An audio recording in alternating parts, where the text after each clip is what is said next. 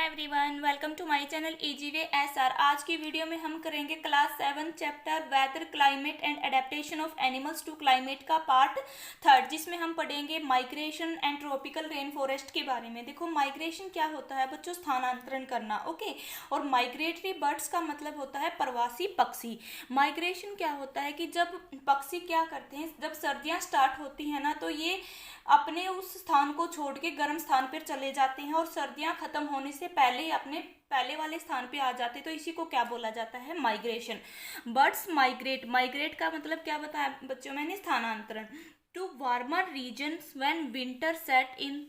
ठीक है, तो क्या है? वार्मर का मतलब होता है गर्म, रीजन का मतलब क्या होता है? स्थान। जब पक्षी क्या करते हैं? स्थानांतरण करते हैं गर्म स्थान से, ठीक है, जब वहां पे सर्दियां स्टार्ट हो जाती हैं, ठीक है, and come back before the winter is over, और वापस अपने पहले वाले स्थान पे आ जाते हैं सर्दियां खत्म होने से पहले ही। This is called migration. Meaning क्या है बच्चों माइग्रेशन का? कि पक्षियों का स्थानांतरण जब अपने स्थान से दूसरे स्थान पर, जब इसके पहले वाले स्थान पर सर्दियां स्टार्ट हो जाती हैं, मतलब ये है कि ये गर्म स्थान पे रहते हैं। ठीक है, इसका सबसे बेस्ट एग्जाम्पल होता है सिबेरियन क्रेन। सिबेरियन क्रेन क्या होता है? सार्स पक्षी।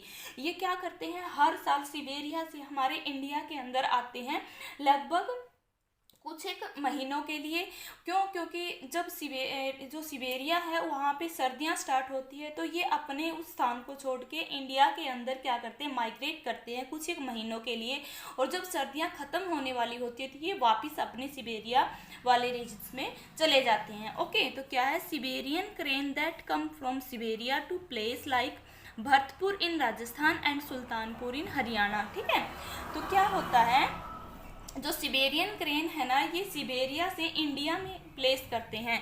इंडिया के अंदर कहाँ कहाँ? भरतपुर राजस्थान में और सुल्तानपुर हरियाणा के अंदर। ओके, तो यही क्या होता है? Migratory birds. तो समझ में आया होगा। देखो, मैं आपको तस्वीर दिखाऊंगी माइग्रेटरी जो मतलब सिबेरियन क्रेन है उसकी क्या होती है।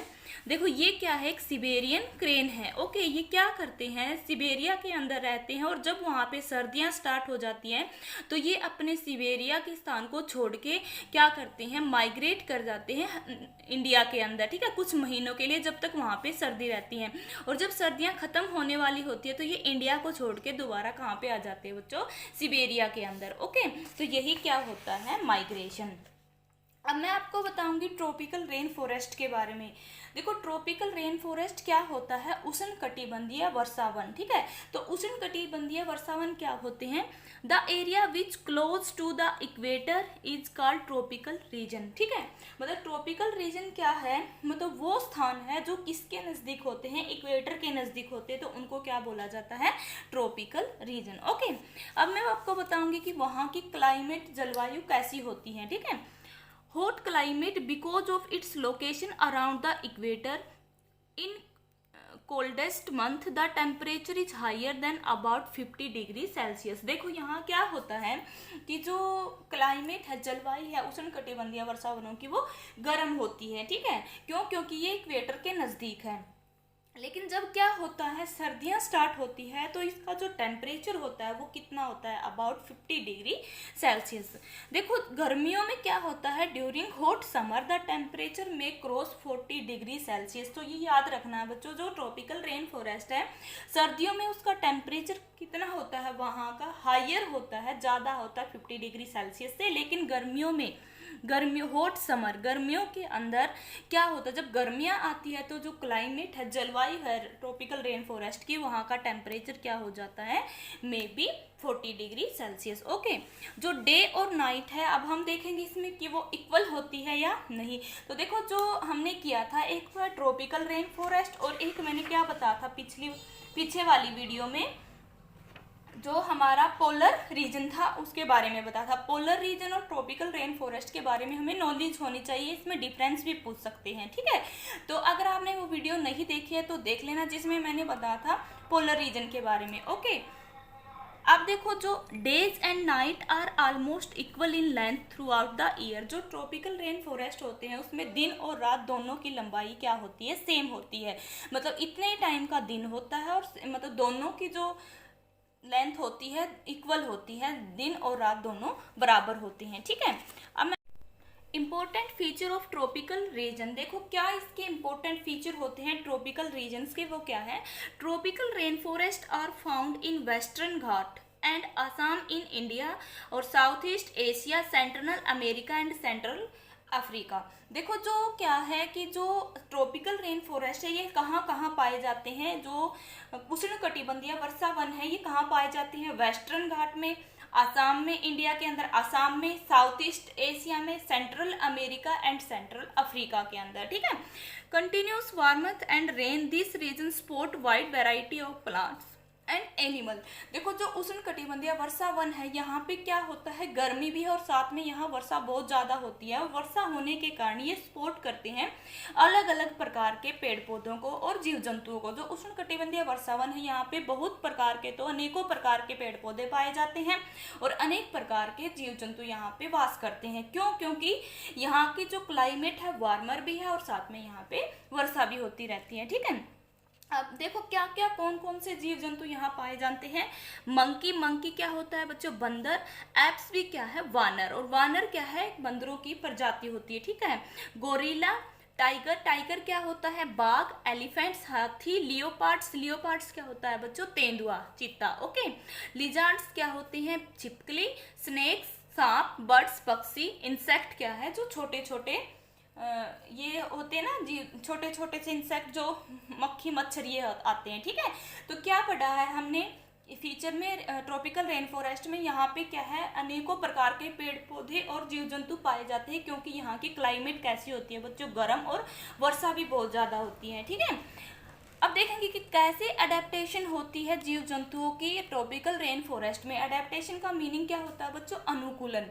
अनुकूलन क्या होता है कि ऐसे फीचर या फिर ऐसे गुण होते हैं जीव जंतुओं में जो उन्हें किसी भी स्थान पर रहने योग्य बनाते हैं, ठीक है। तो अब हम देखेंगे, देखो जो पोलर रीजन था उसके जीव जंतुओं की हमने अडेप्टेशन मैंने आपको अच्छे तरीके से बताई है, नहीं देखे तो आप वो वीडियो देख लेना। इससे पहले वाली वीडियो में मैंने आपको करवा था जो पोलर रीजन है उसके बारे में, ओके। अब देखो क्या क्या पाए जाते हैं, हमने पढ़े हैं कौन कौन से जीव पाए जाते हैं जो एनिमल्स हैं ट्रॉपिकल रेन फॉरेस्ट में। Elephant, tiger, snake, leopard, monkey, apps etcetera, okay. अब मैं आपको बताऊंगी अडेप्टेशन इन एलिफेंट कि कैसे जो हाथी है वो अपना जीवन व्यतीत करते हैं ट्रॉपिकल रेन फॉरेस्ट में, उष्णकटिबंधीय वर्षावनों में ये कैसे रहते हैं, क्योंकि वहाँ की क्लाइमेट भी क्या होता है, ज़्यादा गर्म होता है और साथ में वहाँ वर्षा भी बहुत ज़्यादा होती है, ठीक है। तो हाथी क्या है, बहुत बड़ा जीव होता है, okay. The most distinctive feature of elephants is the boneless muscular trunk. The trunk is used by it for picking up food. देखो सबसे पहले तो ट्रंक का मतलब पता हमें होना चाहिए। ट्रंक क्या होता है बच्चों, सूंड। जो हाथी होता है ना, हाथी की बहुत लंबी सूंड होती है, पता होगा। जैसे कि ये फिगर है किसका, एलिफेंट्स का, जो ये वाला है ना इसको क्या बोला जाता है, सूंड, ओके, ट्रंक। तो ये अपने ये क्या होती है, इसके अंदर हड्डियां नहीं होती, बोनलेस।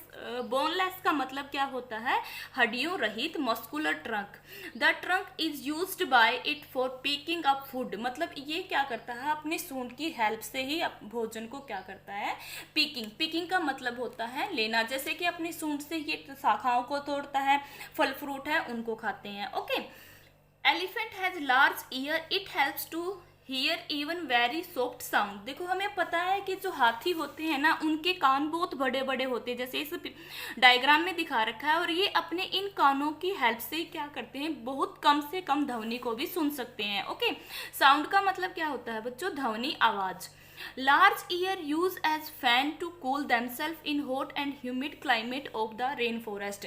देखो जो हाथी होते हैं ना उनके कान बहुत बड़े बड़े होते हैं बच्चों, आपने देखा भी होगा, क्योंकि हमारे यहाँ पे भी कई बार जैसे कि ये होते हैं ना खेल दिखाने वाले आते हैं, तो वो हमने देख रखे हैं भी हाथी कैसे होते हैं, ठीक है। तो हाथियों के क्या होते हैं बच्चों, बड़े बड़े कान होते हैं, वो अपने उन कानों का यूज करते हैं एक पंखे की तरह, ओके। मतलब ये अपने कानों को हिलाते हैं, जब इनके कान हिलते हैं तो ये हवा लगती है, मतलब ये इनके कान क्या है बच्चों, फैन का काम करते हैं, जो इन्हें गर्मी में ठंडक प्रदान करते हैं, okay. The elephant use it's long trunk for drinking water. ठीक है, मतलब क्या है, जो हाथी है वो अपने सूंड का प्रयोग पानी पीने के लिए भी करते हैं। Okay, it's modified teeth called tusk usually it elephant for tear the bear of trees. देखो, मॉडिफाइड टीथ, टस्क क्या होती है, दांत। हाथी का जो बड़ा दांत होता है ना उसको क्या बोला जाता है बच्चों, टस्क, और वो क्या होता है, मॉडिफाइड टीथ। इसका यूज ये किस लिए करते हैं, टीयर एंड बार्क, चीर फाड़ के लिए, जैसे कि पक्षी जो पेड़ पौधे होते हैं ना उनकी टहनियों को चीरने फाड़ने के लिए, फल फ्रूट को तोड़ने के लिए, उसमें ये क्या करते हैं, अपने मॉडिफाइड टीथ का यूज करते हैं। ओके, देखो जो टस्क है वो क्या होता है, जो हाथी का ये बड़ा दांत होता है ना इसको क्या बोला जाता है, टस्क। नेक्स्ट में हम करेंगे अडेप्टेशन ऑफ बिग कैट्स। देखो, अडेप्टेशन ऑफ बिग कैट्स क्या है, अडेप्टेशन ऑफ बिग कैट्स में क्या क्या आते हैं, lion, tiger, leopards etcetera are big cats. जो लॉयन, टाइगर, लियोपार्ड्स हैं ये सारे, इनको क्या बोला जाता है, बिग कैट्स, बड़ी बिल्लियां बोला जाता है। ठीक है, जो बिग कैट है वो कैसे अपना जीवन व्यतीत करते हैं उष्णकटिबंधीय वर्षा वनों में, वो हम पढ़ेंगे। Big cats has highly sense of smell which help them to locate their prey। जो big cats होती है ना उनकी सूंघने की शक्ति बहुत ज़्यादा होती है, और अपनी इसी सूंघने की शक्ति की वजह से ये अपने दुश्मन का, अपने शिकारी का पता लगा लेते हैं। प्रे का मतलब क्या होता है, शिकारी, या फिर जो जिसका ये शिकार करते हैं या जो इनके ऊपर शिकार करते हैं। Okay, the big cats have sharp eyesight, sensitive hearing to locate their prey. देखो, जो बड़ी बिल्लियां होती हैं ना उनकी आई साइट, देखने की शक्ति भी ज़्यादा होती है और सुनने की शक्ति भी ज़्यादा होती है। इनकी वजह से ये अपने दुश्मन का, अपने शिकारी का पता लगा लेते हैं आसानी से। The yellow brown colour of lion and yellow brown colour with black strip of tiger help them to camouflage by blending with the surrounding.